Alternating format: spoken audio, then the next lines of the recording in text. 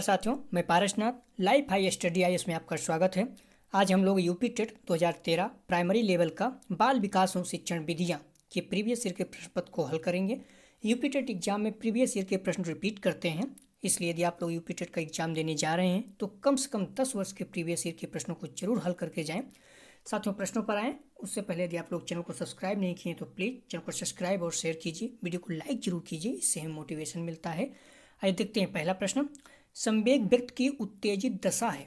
यह कथन निम्नांकित में से किसका है? ए पियाजे, बी वुडवर्थ, सी बैलेंटाइन, डी रॉस। साथियों, इसका सही जवाब है बी वुडवर्थ।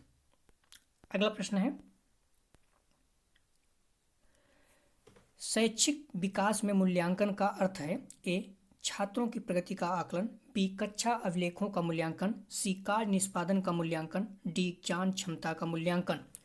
साथियों, इसका सही जवाब है ए छात्रों की प्रगति का मूल्यांकन। शैक्षिक विकास में मूल्यांकन का अर्थ है छात्रों की प्रगति का आकलन। अगला प्रश्न है, पूर्वाग्रही किशोर किशोरी अपनी के प्रति कठोर होंगे। ए समस्या, बी जीवन शैली, सी संप्रत्यय, डी वास्तविकता। साथियों, इसका सही जवाब है ए समस्या। पूर्वाग्रही किशोर किशोरी अपनी समस्या के प्रति कठोर होंगे। अगला प्रश्न है, संज्ञानात्मक विकास के 4 चरणों, ध्यान रखना 4 चरणों संवेदी, पेशी, पूर्व संक्रियात्मक, स्थूल संक्रियात्मक और औपचारिक संक्रियात्मक की पहचान की गई है। ए हिलगार्ड द्वारा, बी स्टार्ड द्वारा, सी हॉरलॉग द्वारा, डी पियाजे द्वारा। साथियों, इसका सही जवाब है डी जीन पियाजे द्वारा। यह प्रश्न बार बार रिपीट करता है किसी न किसी रूप में। पियाजे द्वारा संज्ञानात्मक विकास को 4 चरणों में विभाजित किया गया है। पहला संवेदनात्मक गामक अवस्था 0 से 2 वर्ष, दूसरा पूर्व संक्रियात्मक अवस्था 2 से 7 वर्ष, तीसरा मूर्त संक्रियात्मक अवस्था 7 से 11, चौथा औपचारिक संक्रियात्मक अवस्था 11 से 15 वर्ष। साथियों, अगला प्रश्न है,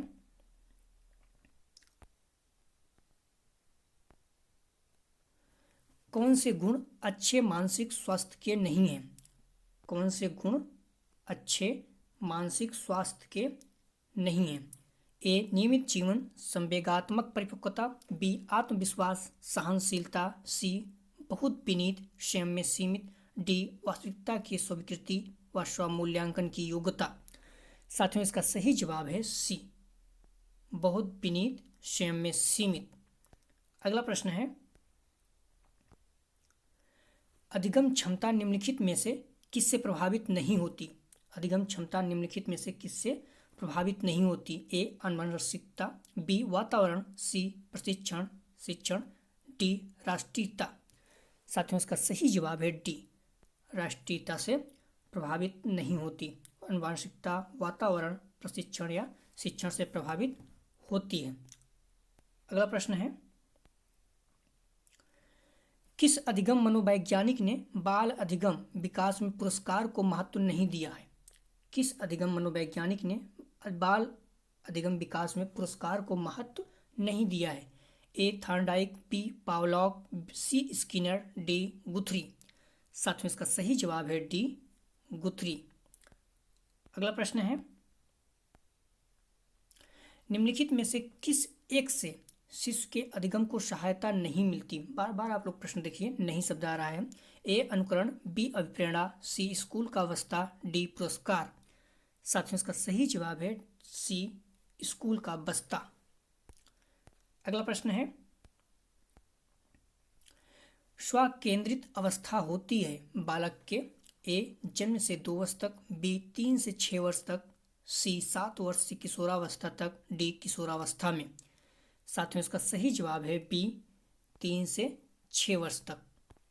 अगला प्रश्न है, माँ बाप के साये से बाहर निकल अपने साथी बालकों की संगत को पसंद करना संबंधित है? ए किशोरावस्था से, बी पूर्व बाल्यावस्था से, सी उत्तर बाल्यावस्था से, डी शैशवावस्था से। साथियों, इसका सही जवाब है सी उत्तर बाल्यावस्था से। अगला प्रश्न है, मानसिक परिपक्वता के ऊंचाइयों को छूने के लिए प्रयत्नरत रहना संबंधित है। ए किशोरावस्था से, बी प्रौढ़ावस्था से, सी पूर्व बाल्यावस्था से, डी उत्तर बाल्यावस्था से। साथियों इसका सही जवाब है ए किशोरावस्था से। अगला प्रश्न है, सीखने का प्राथमिक मूलभूत नियम संबंधित है। ए अभ्यास कार्य से, बी परिणाम की अपेक्षा से, सी प्रशंसा से, डी तत्परता से। साथियों इसका सही जवाब है डी तत्परता से। सीखने का प्राथमिक मूलभूत नियम संबंधित है तत्परता से। अगला प्रश्न है, सीखने की प्रक्रिया को प्रभावित करने वाले कारक हैं।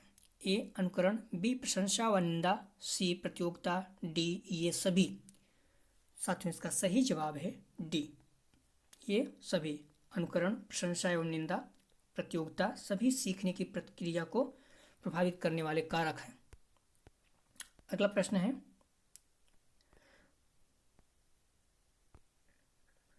बालकों के सीखने में प्रेरणा को किस रूप में उपयोगी माना जाता है।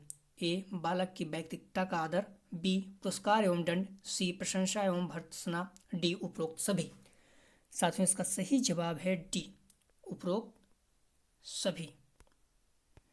अगला प्रश्न है, कक्षा में विद्यार्थियों को अधिगम के लिए प्रेरित करने हेतु किस युक्ति का अनुप्रयोग आप नहीं करते हैं। ए छात्रों में स्वस्थ प्रतिस्पर्धा स्थापित करना, बी उन्हें आत्मगौरव की अनुभूति कराना, सी उनकी अत्यधिक प्रशंसा करना, डी गतिविधि आधारित शिक्षण अधिगम विधियों का अनुप्रयोग करना। साथियों इसका सही जवाब है सी उनकी अत्यधिक प्रशंसा करना। कक्षा में विद्यार्थियों को अधिगम के लिए प्रेरित करने हेतु किस युक्ति का अनुप्रयोग आप नहीं करते हैं। उनकी अत्यधिक प्रशंसा करना, छात्रों में स्वास्थ्य प्रतिस्पर्धा स्थापित करना करते हैं, उन्हें आत्मगौरव की अनुभूति कराना, ये भी सही है। गतिविधि आधारित शिक्षण अधिगम विधियों का अनुप्रयोग, ये भी सही है, लेकिन उनकी अत्यधिक प्रशंसा नहीं करते हैं। अगला प्रश्न है, बुद्धि एवं सृजनात्मकता में किस प्रकार का सहसंबंध पाया गया है। ए धनात्मक, बी ऋणात्मक, सी शून्य, डी ये सभी। साथियों इसका सही जवाब है ए धनात्मक। बुद्धि एवं सृजनात्मकता में किस प्रकार का सहसंबंध पाया जाता है, धनात्मक। अगला प्रश्न है,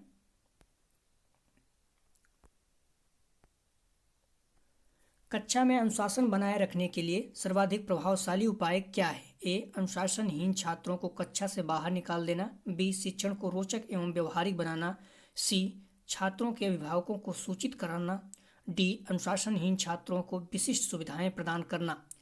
साथियों इसका सही जवाब है बी शिक्षण को रोचक एवं व्यवहारिक बनाना।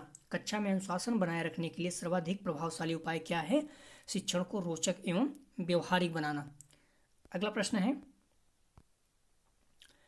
शैशवावस्था में बच्चों की क्रियाकलाप होते हैं। ए मूल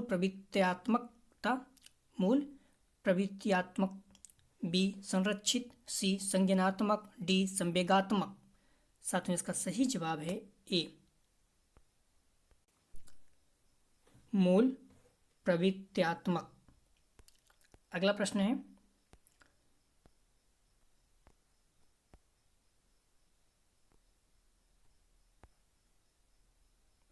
जिन विद्यालयों में समेकित शिक्षा दी जाती है उसके शिक्षकों को किस क्षेत्र विशेष में प्रशिक्षित करना चाहिए। ए विशेष आवश्यकता वाले बच्चों की पहचान और शिक्षण, बी व्याख्यान विधि द्वारा शिक्षण, सी क्रियात्मकता के साथ शिक्षण, डी उपरोक्त में से कोई नहीं। साथियों इसका सही जवाब है ए विशेष आवश्यकता वाले बच्चों की पहचान और शिक्षण। अगला प्रश्न है,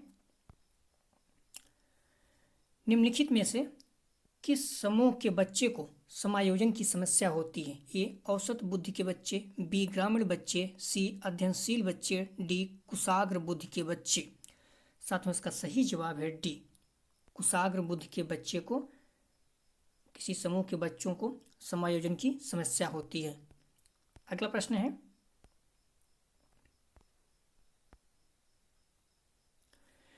किसी शिक्षक को यदि यह लगता है कि उसका एक विद्यार्थी जो पहले विषय वस्तु को भली प्रकार सीख रहा था उसमें स्थिरता आ गई है, शिक्षक को इसे ए सीखने की प्रक्रिया की स्वाभाविक स्थिति मानना चाहिए, बी विषय को स्पष्टता से पढ़ाना चाहिए, सी विद्यार्थी को प्रेरित करना चाहिए, डी उपचारात्मक शिक्षण करना चाहिए। साथियों इसका सही जवाब है ए सीखने की प्रक्रिया की स्वाभाविक स्थिति मानना चाहिए। किसी शिक्षक को यदि यह लगता है कि उसका एक विद्यार्थी जो पहले विषय वस्तु को भली प्रकार सीख रहा था उसमें स्थिरता आ गई है, शिक्षक को इसे सीखने की प्रक्रिया की स्वाभाविक स्थिति मानना चाहिए। अगला प्रश्न है, अपनी कक्षा के एक विद्यार्थी की प्रवृत्ति को यदि शिक्षक बदलना चाहता है तो उसे ए विद्यार्थी के साथ कईयों से पेशे आना होगा, बी कक्षा के अन्य विद्यार्थियों को उससे न जानने योग्य दूरी बनाए रखने के लिए कहना होगा, सी उसके समूह के सभी सदस्यों की प्रवृत्ति बदलनी होगी, डी विद्यार्थी को पढ़ने के प्रति प्रेरित करना होगा। साथियों इसका सही जवाब है सी। इसका सही जवाब है सी, उसके समूह के सभी सदस्यों की प्रवृत्ति बदलनी होगी। अगला प्रश्न है, विकास का वही संबंध परिपक्वता से है जो उद्दीपन का, से ए परिवर्तन, बी प्रतिक्रिया, सी प्रयास, डी परिणाम। साथियों इसका सही जवाब है बी प्रतिक्रिया। विकास का वही संबंध परिपक्वता से है जो उद्दीपन का प्रतिक्रिया से। अगला प्रश्न है, पियाजे मुख्यतः के क्षेत्र में योगदान के लिए जाने जाते हैं, ए भाषा विकास, बी ज्ञानात्मक विकास, सी नैतिक विकास, डी सामाजिक विकास। साथियों इसका सही जवाब है बी ज्ञानात्मक विकास। पियाजे मुख्यतः ज्ञानात्मक विकास के क्षेत्र में योगदान के लिए जाने जाते हैं, बहुत ही फेमस है। आप इसी टॉपिक में देखिए 2 प्रश्न हो गया पियाजे जी से संबंधित, तो आप इसे ध्यान रखना इस टॉपिक को। जब कभी 2 या अधिक व्यक्ति एक साथ मिलते हैं और एक दूसरे को प्रभावित करते हैं तो वे एक सामाजिक समूह का निर्माण करते हैं। यह कथन ए आंशिक रूप से सत्य है, बी सत्य है, सी कदाचित सत्य है, डी असत्य है।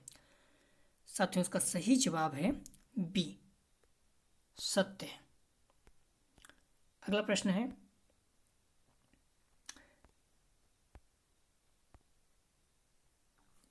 शिक्षण प्रक्रिया में निम्नलिखित में किसका भली प्रकार ध्यान रखना चाहिए, ए विद्यार्थियों की सक्रिय सहभागिता, बी अनुशासन और नियमित उपस्थिति, सी गृह कार्य की जांच में लगन, डी विषय वस्तु का कठिनाई स्तर।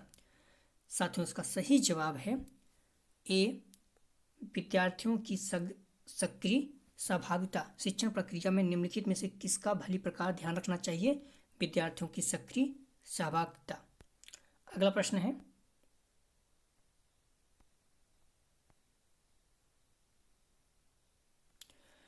निम्नलिखित व्यक्तियों में से कौन अपने बच्चों को आंतरिक प्रेरणा दे रहा है, ए फादर रॉबर्ट्स अपनी कक्षा के उन बच्चों को चॉकलेट देता है जो अच्छा व्यवहार करते हैं, बी अगली कक्षा में कछोन्नत पाने पर नंद कुमार अपने पुत्र को कहानी की पुस्तक देता है, सी अपने पुत्र के जन्मदिन पर गिरिजोश कुमार दावत देता है, डी विज्ञान विषय में सर्वोच्च अंक पाने पर राकेश कुमार अपने पुत्र की प्रशंसा करते हैं।